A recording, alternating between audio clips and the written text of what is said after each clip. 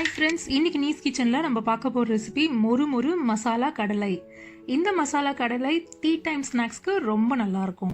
இந்த மசாலா கடலையை எண்ணெயில் பொரிக்காமல் நம்ம பேக் பண்ண போகிறோம். இப்போ வாங்க வீடியோவுக்கு போகலாம். இந்த மசாலா கடலை செய்யறதுக்கு நான் ஒரு கப்பு வறுக்காத வேர்க்கடலை எடுத்துட்டு இருக்கேன். இந்த ஒரு கப்பு வேர்க்கடலைக்கு நமக்கு ஃபைனலாக 1.5 கப்லேருந்து 1.25 கப் மசாலா கடலை வரும். இந்த ஒரு கப்பு வேர்க்கடலைக்கு நான் 1 டேபிள் ஸ்பூன் எண்ணெய் சேர்த்துக்கிறேன். இதை நல்லா கோட் பண்ணுறேன். எண்ணெய் அப்படின்னா நீங்கள் தேங்காய் எண்ணெய் இல்லாட்டி கடலை எண்ணெய் இது வேணால் யூஸ் பண்ணிக்கலாம். உங்களுக்கு ஓகேனா நீங்கள் பட்டர் கூட யூஸ் பண்ணிக்கலாம். இந்த மாதிரி எண்ணெய் தடவும் போது நம்மளோட மசாலா இதில் நல்லா ஈஸியாக கோட் ஆகிடும். இது 5 நிமிஷம் நல்லா ஊறட்டும்.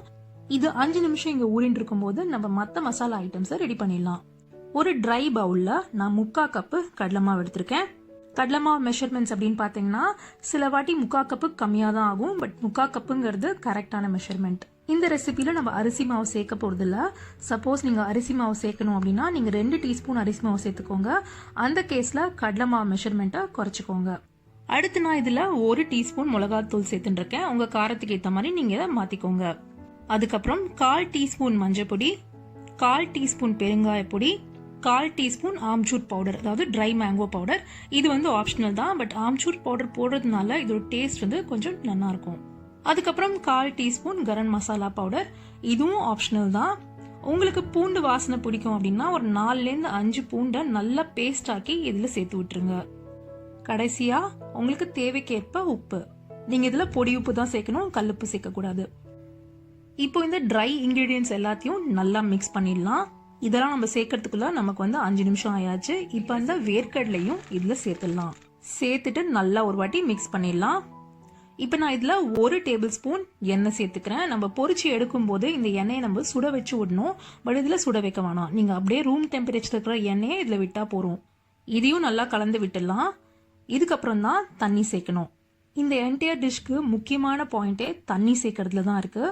தண்ணியை நம்ம தெளிச்சு தான் சேர்க்கணும். நீங்கள் அப்படியே மொத்தமாக தண்ணியை விடக்கூடாது. தண்ணி கரெக்டாக கோட் ஆகிறதுக்கு மட்டும்தான் நீங்கள் சேர்க்கணும்.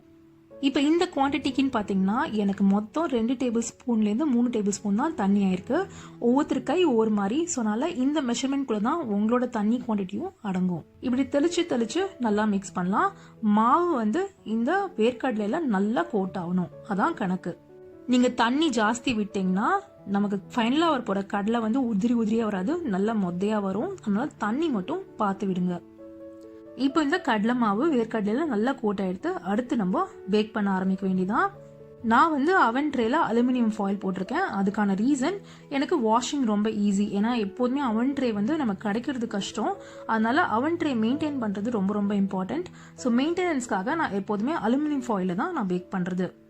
இப்போ இந்த ட்ரேல நம்ம கடலையை உதுத்து விட்டு போடலாம். இந்த ட்ரேல விழும்போதே தனித்தனியாக விழுற மாதிரி பார்த்துக்கோங்க. அடுத்து நம்ம ஓவனோட மெஷர்மெண்ட்ஸ் பார்க்கலாம். இந்த மசாலா கடலை செய்யறதுக்கு நம்ம அவனோட டெம்பரேச்சர் 200 டிகிரி சென்டிகிரேட் இருக்கணும். இதோட ஃபேன் பார்த்தீங்கன்னா 2 ஃபேனும் ஆன் ஆயிருக்கணும். ஒவ்வொரு அவன் ஒவ்வொரு மாதிரி. நான் என்னோட அவனோட மெஷர்மெண்ட்ஸ் தான் சொல்கிறேன். அதுக்கப்புறம் இதோட ப்ரீ ஹீட் டைம் 5 நிமிஷம். 5 நிமிஷம் ப்ரீ ஹீட்க்கு அப்புறம் நான் ட்ரேயை மிடில் ரோல வச்சிடுறேன். மிடில் ரோல வைக்கும் போதும் டபுள் சைட் ஃபேன் ஆன் பண்ணும் போதும் நமக்கு இந்த கடலை ஈவனாக பொரியும். அதாவது நீங்கள் திருப்பி போடணுங்கிற அவசியமே கிடையாது. நீங்கள் ஒன்ஸ் போட்டிங்கன்னா ஃபைனலாக அந்த கடலையை எடுத்துடலாம். நீங்கள் சப்போஸ் டாப் ரேக்கில் வச்சுட்டீங்க வச்சுக்கோங்களேன், அப்போ நீங்கள் கண்டிப்பாக திருப்பி விடுற மாதிரி இருக்கும். அதனால் முடிஞ்ச மட்டும் உங்களோட அவனில் மிடில் ரேக்கில் வைங்க. ஃபேன் 2த்தையும் ஆன் பண்ணிடுங்க. இப்போ நீங்கள் பார்க்குறது கன்வென்ஷனல் அவன். மைக்ரோவேவ்லையும் இந்த டிஷ் பண்ணலாம். எனக்கு தெரிஞ்சு மைக்ரோவேவ்ல 18 மினிட்ஸ்ல இது ரெடி ஆயிடும். ஆனால் அப்பப்போ திருப்பி விட்டுக்கணும். இந்த மசாலா கடலை கரெக்டாக குக் ஆகிறதுக்கு எனக்கு 20 நிமிஷம் ஆச்சு. ஒவ்வொரு அவன் ஒவ்வொரு மாதிரி. கண்டிப்பாக இந்த டைமிங்ஸ் எல்லாருக்கும் ஒரே மாதிரி இருக்காது. இப்போ நான் வெளில எடுத்துடுறேன். இதோட சவுண்டை கேளுங்க, நல்லா கிறிஸ்பியாக இருக்கு. இப்போ நான் உங்களுக்கு கரெக்டாக குக்காக எடுத்தான்னு எப்படி செக் பண்ணணும்னு சொல்லித்தரேன். இப்போ நீங்கள் அவன்லேருந்து எடுத்த உடனே நீங்கள் சாப்பிட்டீங்கன்னா உங்களுக்கு கண்டிப்பாக வேர்க்கடலை குக் ஆகிருக்காது, கொஞ்சம் நமிந்து தான் இருக்கும். வேர்க்கடலை கிறிஸ்பி ஆகிறதுக்கு 5 நிமிஷம் ஆகும். ஸோ 5லேருந்து 6 நிமிஷத்துக்கு அப்புறம் ஒரு கடலையை எடுத்து டேஸ்ட் பண்ணி பாருங்கள். அப்போ பர்ஃபெக்டாக இருந்ததுன்னா உங்களோட வேர்க்கடலை குக் ஆகிடுதுன்னு அர்த்தம். சப்போஸ் பர்ஃபெக்டாக இல்லைன்னா திருப்பி இதே ட்ரேவை எடுத்து நீங்கள் அவனில் வச்சுட்டு இன்னும் ஒரு 5 நிமிஷம் மாதிரி வைங்க. ஸோ முக்கியமான பாயிண்ட் என்னன்னா, எடுத்தோடனே டேஸ்ட் பண்ணாதீங்க. ஒரு 5லேருந்து 8 நிமிஷத்துக்கு அப்புறம் டேஸ்ட் பண்ணுங்க. இப்போ 8 நிமிஷம் ஆயாச்சு. நான் டேஸ்ட் பண்ணி பார்த்துட்டேன். என்னோட மசாலா கடலை பர்ஃபெக்டாக கிறிஸ்பியாக குக் ஆகிடுது. இப்போ நான் என்ன பண்ண போகிறேன்னா இந்த அவன் ட்ரேலேருந்து இன்னொரு பிளேட்டுக்கு மாற்ற போகிறேன். இந்த ஸ்டெப்பை நீங்கள் கண்டிப்பாக பண்ணி தான் ஆகணும். இப்போ நம்ம கேக்ஸ் அதெல்லாம் பண்ணோம்னா நம்ம அவன்லேருந்து எடுத்துகிட்டு இன்னொரு இடத்துல நம்ம வந்து கொஞ்சம் ஆற வைப்போம். அதே ப்ராசஸ் தான் இது. நீங்கள் உங்களோட கடலையை இதிலே விட்டிங்கன்னா இந்த அவன் கூல் ஆகும்போது இதில் தண்ணி சேர்த்துக்கும், உங்கள் கடலை வந்து நமக்கு ஆரம்பிச்சிடும். அதனால் இந்த ஸ்டெப்பையும் நீங்கள் இக்னோர் பண்ணக்கூடாது. இந்த மசாலா கடலை கம்ப்ளீட்டாக ரூம் டெம்பரேச்சர் வந்ததுக்கப்புறம் இந்த மாதிரி ஒரு ஏர்டைட் கண்டெய்னரில் போட்டு வச்சுக்கோங்க. நான் வந்து தூக்கில் போட்டிருக்கேன், நீங்கள் எந்த ஏர்டைட் கண்டெய்னர்லையும் போடலாம். அவ்வளோதான், நம்மளோட பேக்ட் மசாலா வேர்க்கடலை ரெடி. செஞ்சு பார்த்துட்டு கமெண்ட் செக்ஷனில் சொல்லுங்கள். இது கண்டிப்பாக ஒரு ஹெல்த்தி ரெசிபி. கடலையை பொரித்து சாப்பிட்றத விட பேக் பண்ணி சாப்பிட்றது ரொம்ப ரொம்ப நல்லது.